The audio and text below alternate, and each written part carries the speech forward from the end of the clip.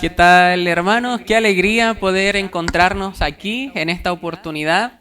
Me alegra porque vamos a tener la cena del Señor. Qué bonito que podamos reunirnos en comunidad para poder recordar lo que Jesús, nuestro Salvador, ha hecho por nosotros y que podamos reflexionar en ello. La verdad es un privilegio. Vamos a estar estudiando en esta oportunidad acerca del libro de Hechos, en Hechos capítulo 20. Si pueden allí acompañarme, por favor, a Hechos capítulo 20. Estaremos estudiando ah, allí. Estamos aquí resolviendo algunos temas. Okay.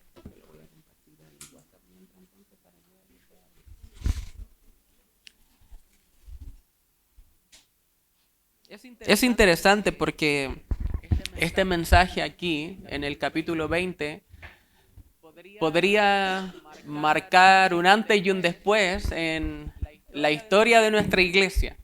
No sé si vamos a alcanzar a completar el mensaje porque es un mensaje largo, pero vamos a hacer todo lo posible para que podamos sacar provecho de lo que estudiaremos acá. Antes, me gustaría, reconocer a Miguel, Marisol, que está ahí afuera ahora, su esposa, pero ellos son los papás de la hermana Dayana y Sebastián, el hermano Sebastián, el que está yendo, ¿cierto?, por nosotros, digo por nosotros a Quintero, porque es una forma de que la iglesia se puede extender a donde no podemos llegar, ¿no? Pero estratégicamente sí a través de enviados de acá. Sebastián está yendo a su casa, estamos muy agradecidos, Miguel, porque Miguel está abriendo las puertas de su casa para que allí en su casa se puedan reunir personas y el hermano Sebastián pueda iniciar un estudio bíblico en donde podrían llegar vecinos, ¿cierto? En donde está llegando su familia, donde Sebastián está yendo semana por medio y entre medio están ellos reuniéndose a través de una videollamada.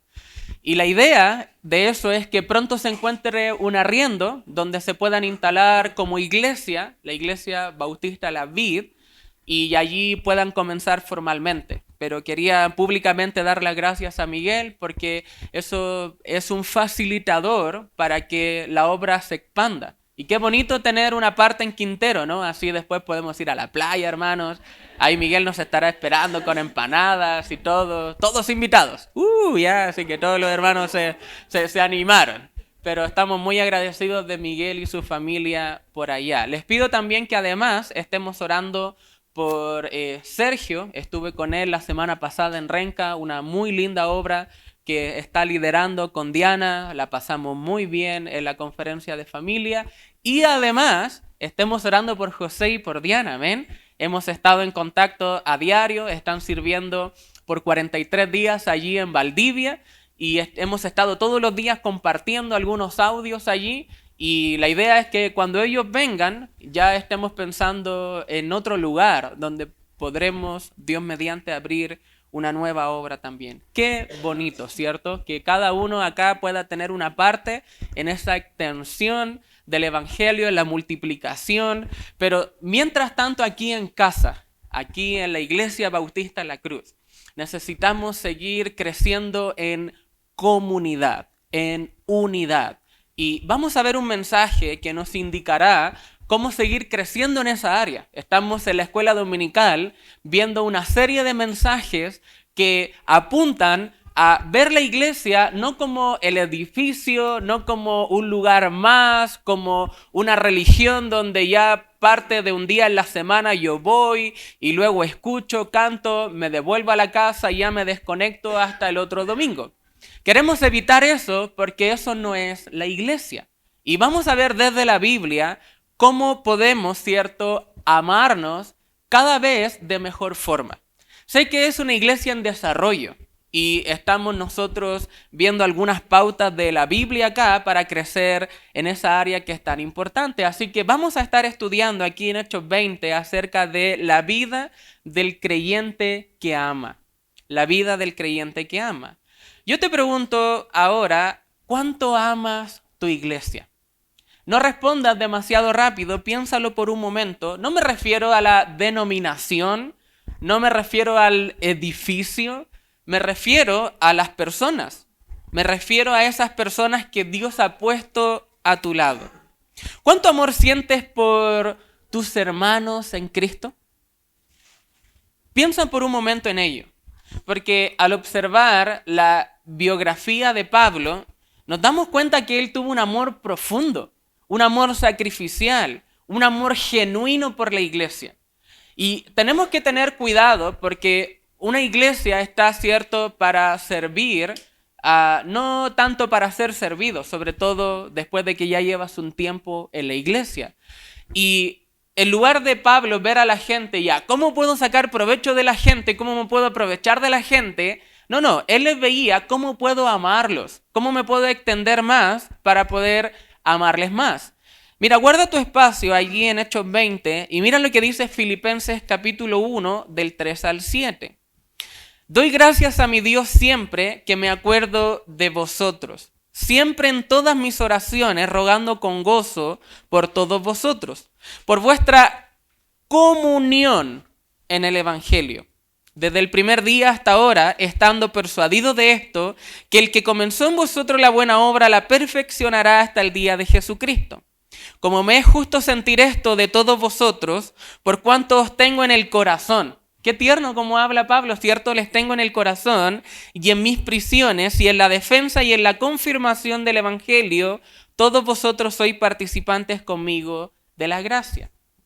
Quiero decir algo, esto no está en el formato, pero gracias hermanos por su amor y sus ofrendas. Estamos disfrutando de nuevos micrófonos, ¿no? Creo que ya lo hemos mencionado, pero se nota la diferencia. Así que yo puedo poner el micrófono, ahora me puedo mover. Ahora me puedo mover para acá, ¿no? ¿Sí? Ah, perfecto. Entonces voy a moverme más ahora. Perfecto, gracias por la compra y sus ofrendas. Qué bueno contar con implementos así también.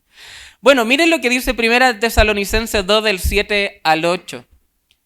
Como que siempre quise moverme más, entonces ahora es como un sueño cumplido. Ya, perfecto, voy a poner antes me movía y el cable estaba como por acá y como que trataba de tirarlo. Bien.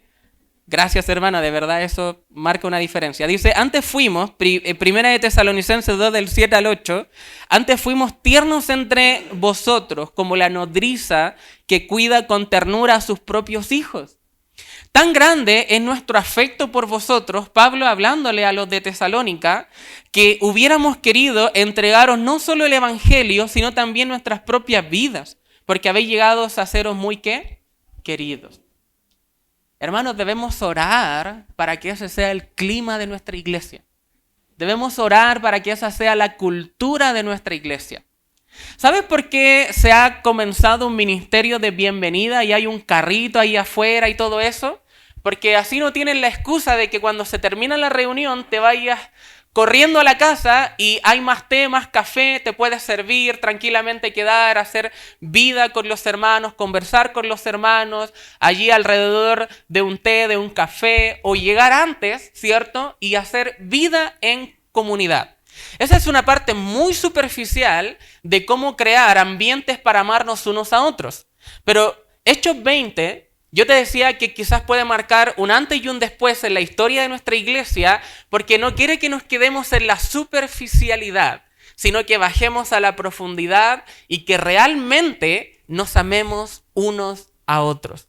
Y hay un método, yo te lo voy a adelantar porque no vamos a llegar ahí hoy día, estoy seguro que no, pero en Hechos 20:20, porque si tú piensas un poquito, te voy a dar un panorama, ¿ya? Si tú piensas que en Hechos, ¿cierto? Capítulo 2, ya eran 120.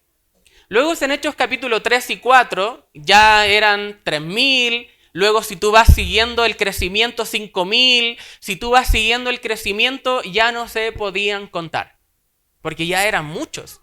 De hecho, dicen algunos que en Hechos 20 ya eran más de 10.000. Y quizás mucho más, porque te acuerdas que en aquella época el registro contaba a los hombres, no sé si tanto a las mujeres y a los niños, así que las cifras podrían ser dobles.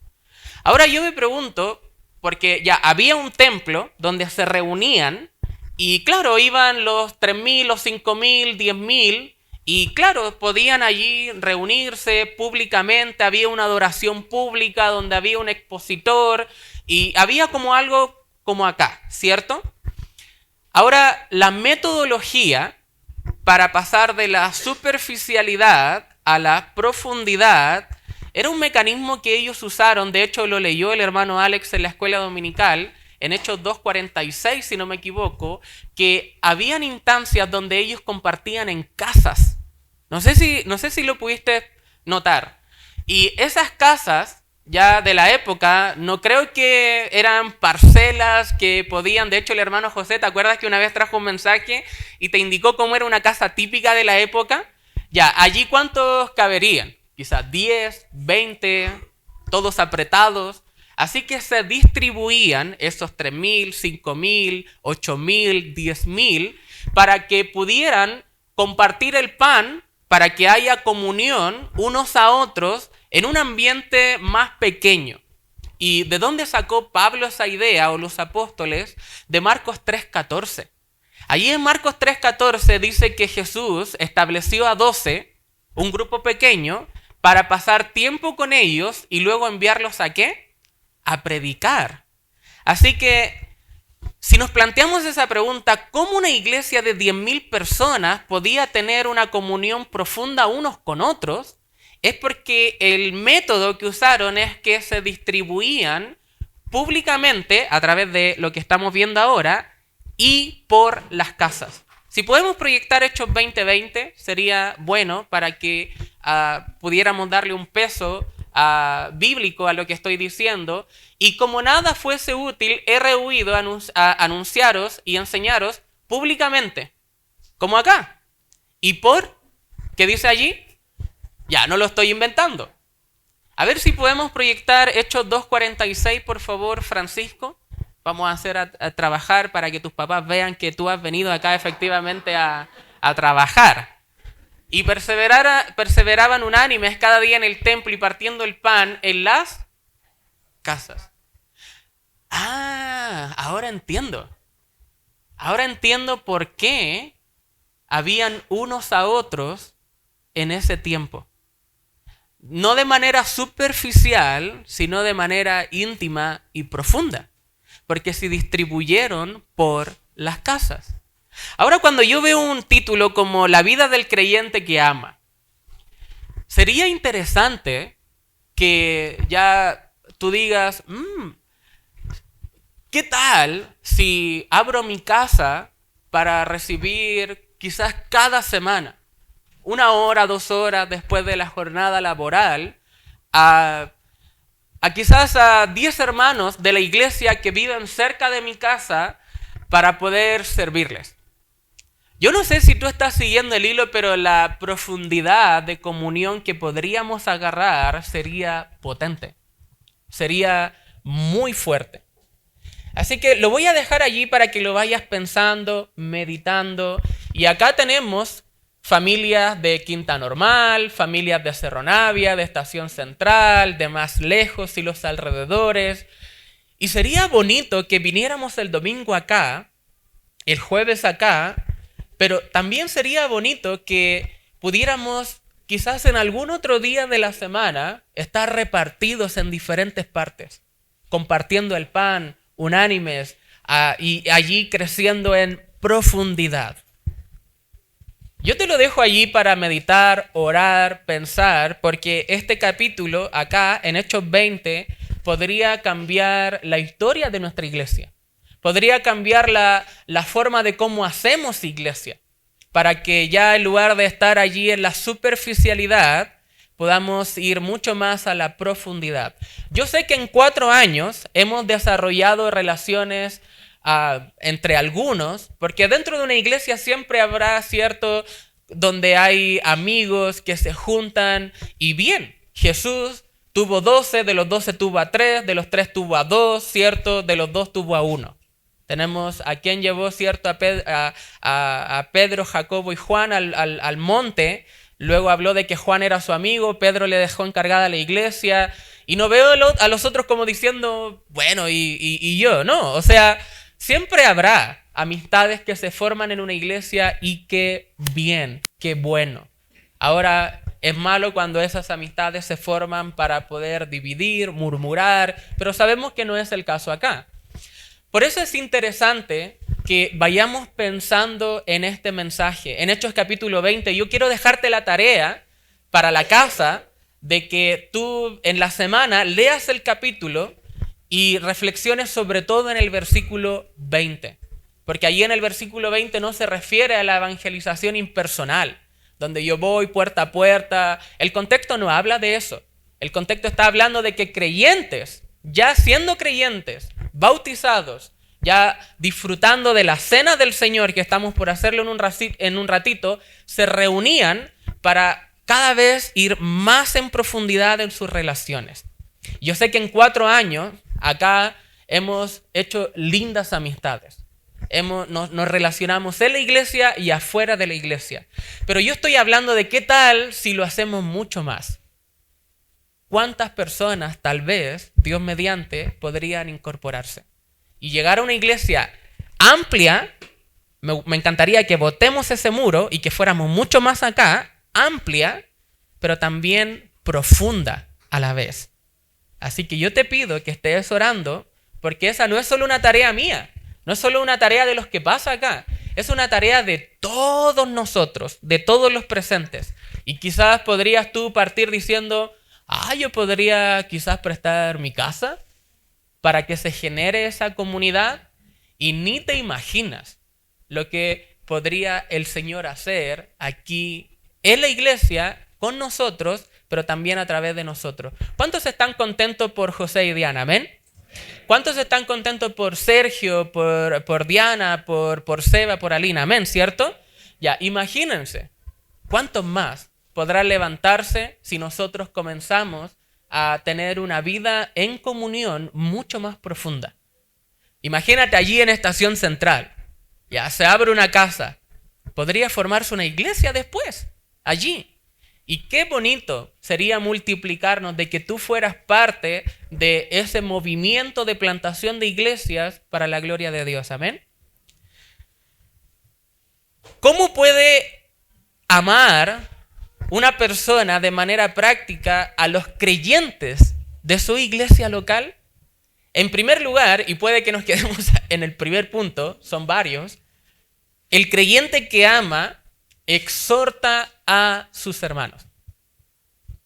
Mira lo que dice Hechos capítulo 20 del 1 al 2. Después que cesó el alboroto, bueno, ¿qué alboroto? ¿Te acuerdas la última vez que estuvimos acá estudiando el capítulo 19, el platero Demetrio, que le cayó como patada en la guata, como se dice en Chile, que Pablo llegara a predicar el evangelio porque no pudo seguir vendiendo sus esculturas, sus idolatrías, y se les acabó el negocio. Entre menos clientes tenían, menos dividendos tenían. Así que se arma un alboroto, van a las autoridades, querían, cierto, atrapar a Pablo, atrapan a algunos discípulos, Pablo quería entregarse, le dicen que no, y bueno, vemos acá, después de que cesó el alboroto, llamó Pablo a los discípulos. Y habiéndolos, ¿qué dice ahí? Ayúdame a leerlo, por favor. Exhortado y abrazado, se despidió y salió para ir a Macedonia, y después de recorrer aquellas regiones y exhortarles con abundancia de palabras, llegó a Grecia. Acá, con esta salida al sector de Macedonia, Pablo tenía varios propósitos, pero entre ellos, además de exhortar a los hermanos de Macedonia, producto de las iglesias que ya había plantado allí, quería reunir una ofrenda económica por parte de los creyentes gentiles para que fuese llevada a los creyentes judíos. Y eso tenía también varios propósitos, como la unidad de la iglesia. Por eso varios discuten el propósito de Filipenses. Varios dicen que es el gozo de la carta, el tema, pero otros dicen que es la unidad, que también se toca mucho allí, y era lo que Pablo quería lograr a través de este viaje. Ahora, ¿por qué Pablo llamó, exhortó y abrazó a los discípulos antes de partir hacia Macedonia? Por las circunstancias. Lo más probable que después del alboroto tenían miedo.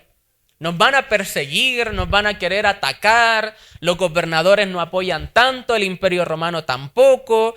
Así que acá exhortar significa alentar, aconsejar y también confrontar. O sea, tiene un espectro de significado esta palabra en su idioma original. Podría ser algo tan simple como alentar, enseñar, pero también como exhortar, como decir, oye, mira, piensa en el Señor, sigue adelante, sé que ha habido alboroto, sé que ha habido cosas difíciles, pero te animo a seguir adelante.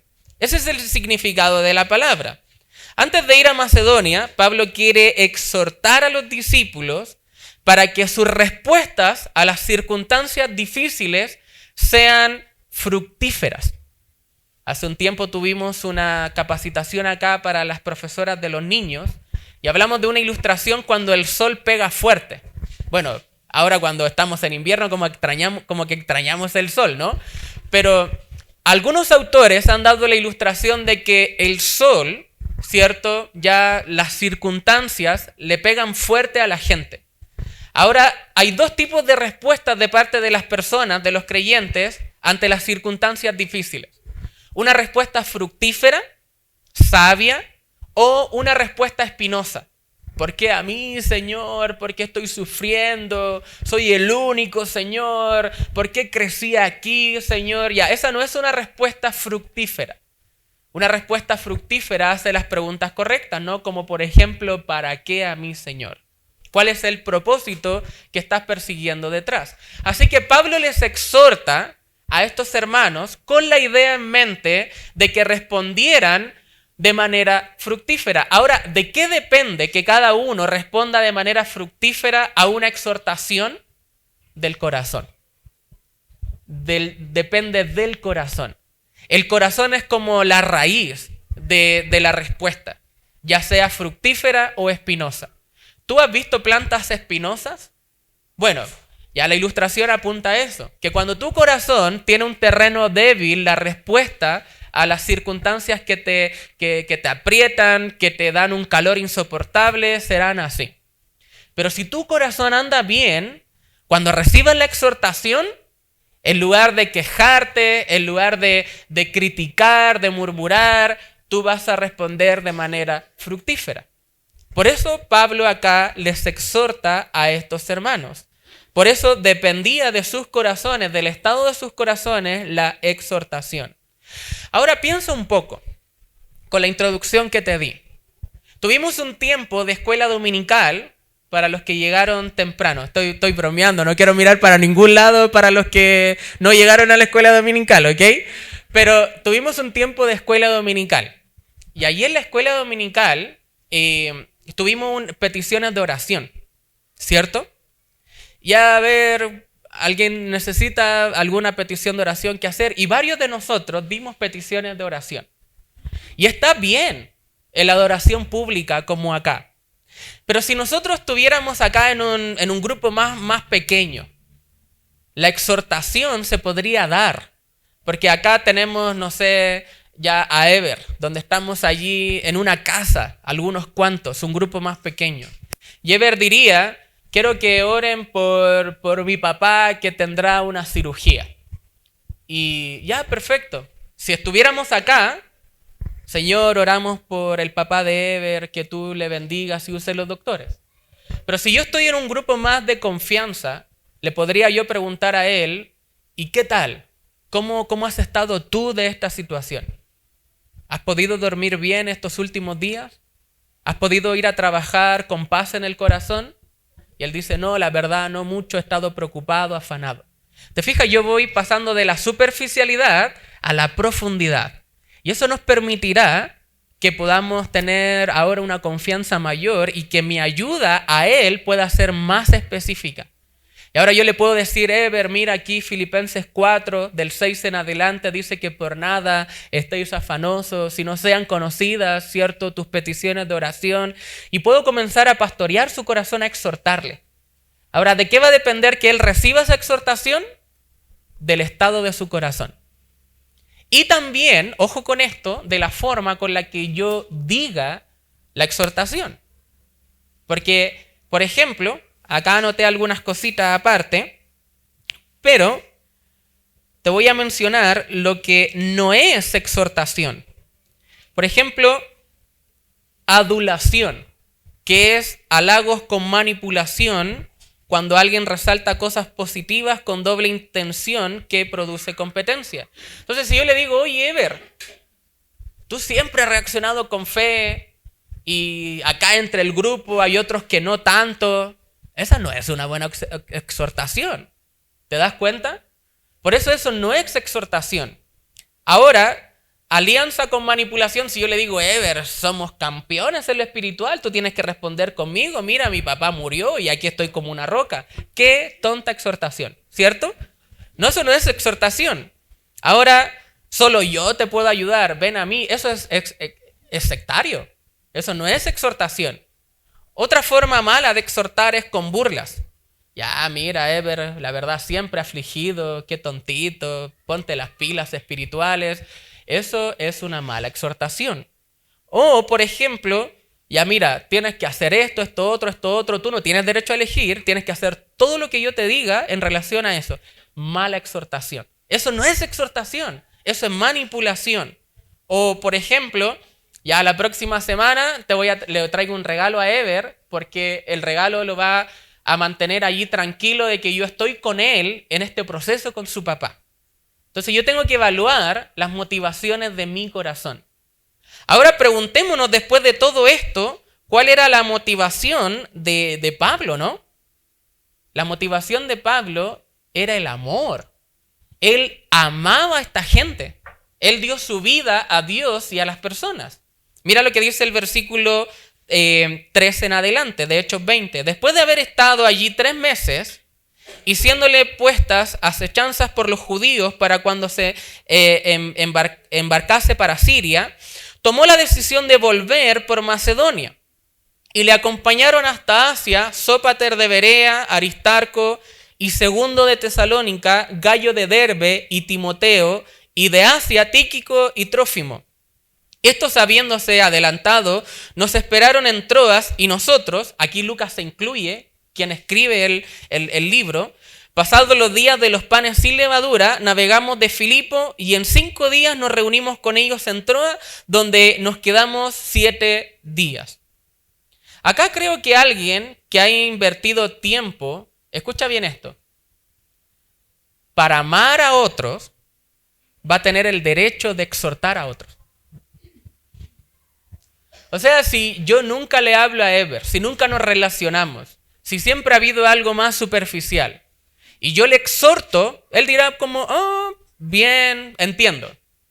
Pero ¿qué tal si entre un grupo más pequeño nos relacionamos cada semana y yo vengo y le doy un consejo, él seguramente lo va a tomar más a pecho? Ahora, ¿por qué este grupo de creyentes tomaba a pecho la exhortación de Pablo? Porque Pablo pasaba tiempo con ellos. Ahora, ¿de dónde Pablo aprendió ese método? Del mejor, de Jesús. ¿Te acuerdas Marcos 3:14? Y estableció a 12 para pasar tiempo con ellos y luego enviarlos a predicar. Y entre ese tiempo que Jesús, Pablo pasaron con sus discípulos, ¿qué hicieron? Los amaron como madre amaría a sus hijas, como padre amaría a sus hijos. Lo amaron como a familia en la fe. Y así que cuando se exhortaba, claro, ahora realmente si me está exhortando, alguien que me ama, realmente voy a hacer caso. Voy a tomarle a pecho lo que está diciendo. Mira lo que dice Proverbios 27:6. Fieles son las heridas del que me ama, pero importunos los besos del que aborrece. Aquí está el adulador, el que a veces se cree amigo y está pegando en la espalda, pero no está amando. En cambio, alguien que ama y te hiere a través de palabras porque te ama, dice Proverbios, fieles son las heridas del que te ama. Mira lo que dice Efesios 4:15. Sino que siguiendo la verdad, ¿en qué? En amor. Crezcamos en todo en aquel que es la cabeza, esto es Cristo. Pablo anduvo con otros, pasó tiempo con otros. No sé si te recuerdas en Hechos 18 cuando vimos allí la relación que tuvo con Priscila y Aquilas. ¿Te acuerdas? En Hechos capítulo 18 del 1 al 5. Y ahí entre esos mismos versículos nos encontramos a un Timoteo y a un Silas. Y ahora aquí llegando al capítulo 19, al capítulo 20, nos encontramos con otro grupo de personas. O sea, pasaban tiempo juntos, se relacionaban. No solo en la adoración pública como acá, ya ahí tenemos un Timoteo, tenemos un Sila, mira por allá Priscila y Aquila, ya, y de aquí, hermanos, aquí no nos vemos hasta el otro domingo. No funcionaba así la cosa. Ellos se relacionaban. Ellos tenían problemas, eran sujetos a pasiones como tú y como yo. Acá nadie es perfecto, ninguno de nosotros lo es. Así que necesitamos exhortación unos a otros, dentro de un marco de respeto, de amor mutuo. ¿Sabes por qué? Porque todos aquí, independientemente de la madurez espiritual que cada uno tenga, somos hechos a la imagen de Dios. Y si cada persona acá, o incluso en tu trabajo, o incluso, cierto, allí entre tus familiares que no vienen acá, todos ellos son hechos a la imagen de Dios. Si tienen razonamiento, si piensan, si hablan, si han adoptado posturas de creencia, lo que sea, todo eso indica que hay un creador. Y eso muestra la imagen de Dios que el pecado ha manchado. Y tú y yo necesitamos ser luz al mundo. Y para eso, un buen método de evangelismo, si queremos que los demás nos vean y glorifiquen a Dios nuestro Padre, es que tú y yo seamos unidos. No solamente el domingo, no solamente el jueves, sino que podamos relacionarnos unos a otros. Y yo insisto, habrá algunos unos a otros que van a estar más de cerca. Y bien, que así sea, pero por un mismo propósito, para la gloria de Dios, amén. Para que la Iglesia Bautista de la Cruz, tu iglesia local, sea fortalecida, sea edificada y que sea como un faro que pueda alumbrar con mejor nitidez y mayor nitidez en medio de la oscuridad, a 360 grados, en donde podamos, cierto, ir a diferentes comunas, relacionarnos y vivir para la gloria de Dios, amén. Eso es lo que Dios quiere. Vemos acá los unos a otros. Y las personas necesitan ser amadas, conocidas y luego llamadas al cambio. Vamos a dejar el mensaje hasta acá porque vamos a tener ahora la cena del Señor. Pero yo te quiero animar a hacer el ejercicio, a hacer la tarea de poder ver este capítulo y decir ya, ¿cómo puedo yo involucrarme en los unos a otros? ¿Qué puedo dar yo? ¿Qué más? ¿Cómo yo me puedo extender más? Como decía el Congreso esta semana en el que participamos.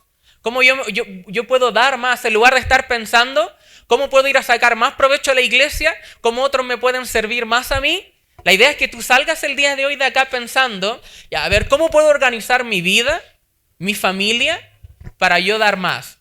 Para edificar más la iglesia. Entendiendo que tu familia tiene una agenda mucho más amplia que cumplir que tu propia familia, que es la agenda de Dios.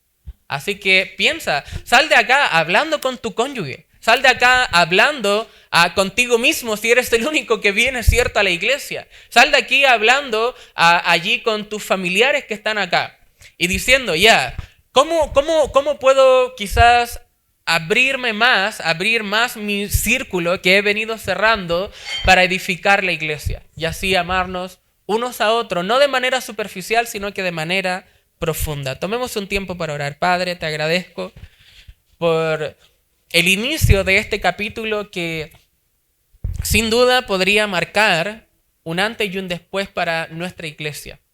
A veces, Señor, traemos algunas estructuras bien arraigadas en el corazón, en la mente, pero queremos ser sensibles a tu palabra, más que a consejos que muchas veces responden a un ambiente cultural, a un ambiente congregacional. Ayúdanos a ser sensibles, Señor, a tu palabra. Y puede que eso, Señor, nos lleve a incluso romper algunas estructuras como iglesia, nos lleve a tener que reorganizarnos como familias y como iglesia. Pero si se trata de amar tu palabra, de amarte a ti, y de ver formas bíblicas, creativas y que potencialmente podrían ser efectivas para impactar comunidades enteras con tu evangelio. Ayúdanos a ser humildes. Ayúdanos a permitir que tú puedas romper esas estructuras para que nosotros como iglesia seamos una iglesia realmente comunitaria. Seamos realmente una iglesia en donde esos unos a otros se dan. Y hemos venido estos 4 años desarrollando diferentes amistades y relaciones. Hemos venido creando diferentes ministerios para que la comunidad de acá se pueda dar.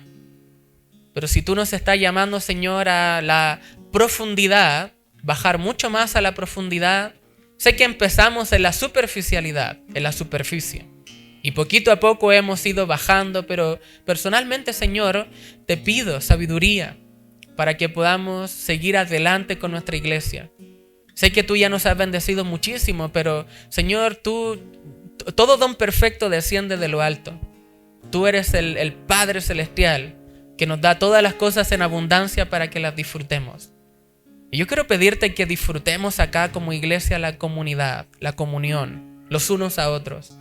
Que cada vez sea más genuino, más cercano, más familiar esta iglesia.